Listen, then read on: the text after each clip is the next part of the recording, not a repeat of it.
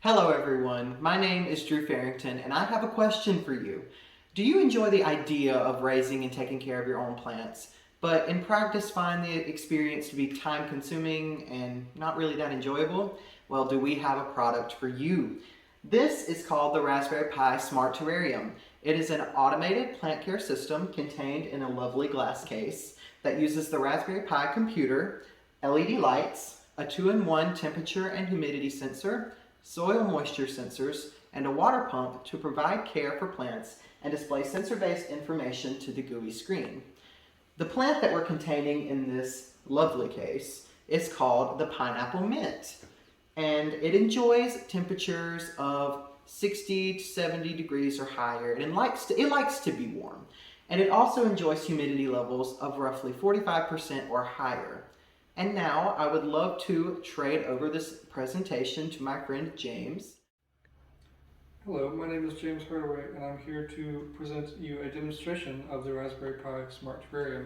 As you can see here on the GUI, here on the left we have a graph where you can see the minimum temperature that the plant can survive at and the current temperature that the temperature sensor is reading. As you can see, it is above the minimum temperature, so it doesn't need to do anything. And over here we have our data buttons. The bottom button swaps the graph to the temperature graph, which is already on. This button swaps the graph to the humidity graph to once again show you the minimum humidity that the plant can survive at and the current humidity that the humidity sensor is reading. As you can see, it is above, so we are in the green. And then you can also hit this soil moisture button to will give you a message in the message board that tells you if your plants are dry or if they need to be watered, and then another button to show you the water levels in the water reservoir, which we just don't have connected right now. And then up here we have the controls. Currently we are in manual mode, so we have these manual controls. We can turn the lights on and off. As you can see, as I click it, the lights turn on and off in the terrarium.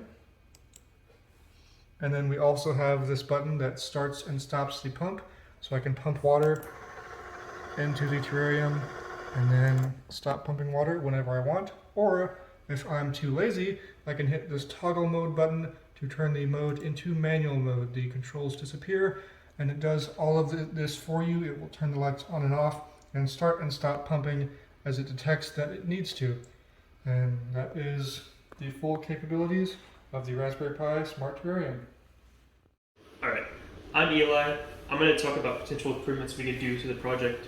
Okay, so for us, the main issue we had with the expenses, the project was very expensive at $120.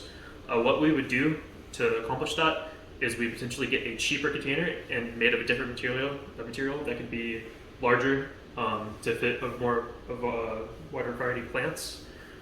We'd also, with some of the money saved, we could get better sensors. Instead of the digital water sensors we have in the project, we would use an analog water probe that could detect a variety of moisture percentages, so we could better implement the system.